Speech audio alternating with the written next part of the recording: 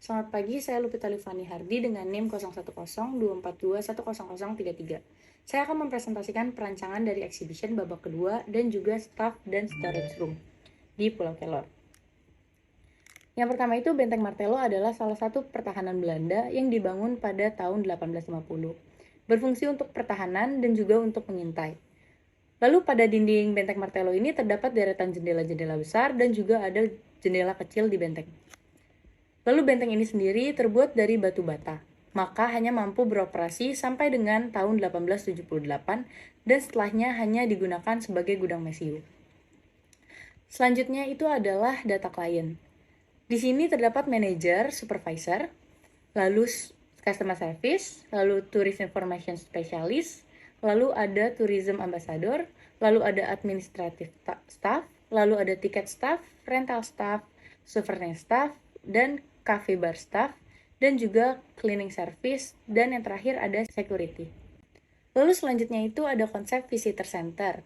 Yang pertama ada citranya, yaitu Discovery Serenity in the Boundless Expanse of Open, Directed Spaces.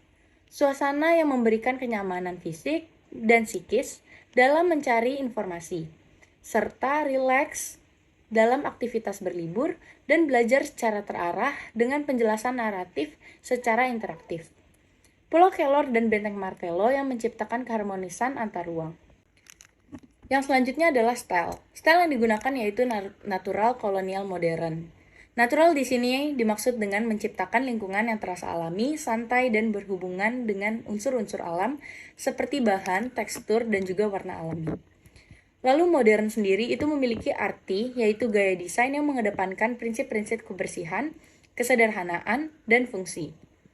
Selanjutnya, kolonial di sini berarti gaya desain yang berasal dari periode kolonial dalam sejarah, seperti jendela tinggi dengan penutup ganda, lalu dinding berwarna putih koral, dan jendela yang berbentuk arch. Dan yang terakhir, yang dimaksud dengan modern kolonial adalah penerapan ruang yang minimalis serta open space untuk mendukung natural white. Penggunaan elemen perpaduan unik antara masa lalu dan masa kini, serta mengedepankan fungsi dan bentuk-bentuk yang sederhana. Selanjutnya ada konsep babak kedua. Di konsep ini itu dijelaskan sejarah tentang Benteng Martello. Untuk citranya di babak ini itu menceritakan bagaimana dan untuk apa benteng ini dibuat pada zaman itu, dan menjelaskan secara rinci isi material dan komponen yang ada di benteng ini. Area ini diberikan suasana benteng saat masih baru dibangun. Untuk konsep bentuknya pada babak ini, yaitu menggunakan bentuk yang geometris yang lebih memfokuskan pada bagian dinding yang memiliki jendela-jendela untuk memantau dan kelengkapan lainnya pada saat benteng masih baru dibuat. Lalu untuk konsep warna, konsep ini menggunakan warna asli dari material itu tersebut. Lalu, untuk penerapan materialnya, itu menggunakan material yang serupa dengan aslinya, untuk dinding dan lantainya. Sedangkan untuk pencahayaannya itu menggunakan general light dan juga task light yang dapat digunakan untuk memperlihatkan bagian dinding Benteng Martello yang tebal dan juga teksturnya yang menonjol. Lalu untuk penghawaan itu menggunakan penghawaan buatan agar tetap mendapatkan kesan saat pulau teduh dan juga tidak terik. Pada multisensori ini dapat didapatkan dengan adanya pasir dan juga beberapa replika senjata dan amunisi yang hanya menjadi pajangan. Jadi, pengunjung dapat memiliki bayangan bagaimana isi benteng pada saat itu. Selanjutnya, berikut ini adalah perspektif dari exhibition babak kedua. Di babak ini juga ditambahkan dekorasi merupai prajurit Belanda yang menggunakan bentuk ini untuk mengintai. Selain itu, ada pula suara ombak dan juga hembusan angin pada bagian ini untuk menambahkan pengalaman pengunjung agar dapat lebih merasakan secara nyata keadaannya. Lalu berikut ini adalah penggunaan material pada exhibition babak kedua. Pada bagian A, itu menggunakan gypsum jaya board dengan finishing batu bata. Lalu untuk bagian B, itu menggunakan glass Himalaya abadi dengan ketebalan 8 mm. Lalu untuk bagian C, itu menggunakan gypsum jaya board dengan finishing seperti pasir. Dan untuk selanjutnya di bagian D itu menggunakan stainless steel. Dan untuk bagian lantai, yaitu bagian E, itu menggunakan rebricks yang merupakan hasil daur ulang dari plastik yang menyerupai konblok dengan ukuran 105 mm x 105 mm dengan ketebalan 60 mm. Untuk bagian F, itu menggunakan gypsum Jaya board dengan ketebalan 9 mm. Lalu untuk bagian terakhir yaitu bagian G itu menggunakan LED screen dengan ukuran 500 x 500 mm. Lalu selanjutnya terdapat analisis ruang untuk mengetahui kebutuhan apa saja yang diperlukan oleh para pekerja. Yang pertama dari staff. Ruang locker yang dibutuhkan oleh staff untuk membawa pakaian ganti dan menyimpan perlengkapannya, agar tidak berserakan atau tidak teratur penempatannya. Lalu karena adanya perbedaan gender pada staf, maka dibutuhkan pemisah antar loker perempuan dan juga loker laki-laki.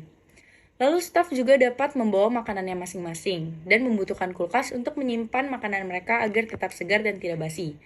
Dikarenakan berada di pulau dengan suhu yang cenderung panas dan terik, maka ruangan staf ini juga diperlukan penghawaan buatan. Lalu untuk manajer memiliki ruangan tersendiri dikarenakan pekerjaannya yang cenderung lebih sibuk untuk mengurus beberapa dokumen dan lainnya. Maka dari itu, perlu adanya tempat penyimpanan sendiri di manager room. Berikut adalah hasil layout berwarna dari staff dan storage room. Selanjutnya adalah perspektif dari staff dan storage. Bangunan ini terdapat area pantry, locker, dan juga manager room yang memiliki cahaya alami yang masuk ke dalam ruangan dengan baik. Tiap ruangan didesain dengan memperhatikan kebutuhan dari pengguna dan kenyamanan pengguna dengan desain bertema kolonial kontemporer yang sesuai dengan konsep dari pulau ini. Selanjutnya adalah penerapan material pada ruangan staff dan storage room. Untuk bagian A itu menggunakan brick wall finishing tekstur white paint, dan untuk bagian B itu menggunakan brick wall dengan finishing tekstur black paint. Kedua ini berada pada dinding area pantry.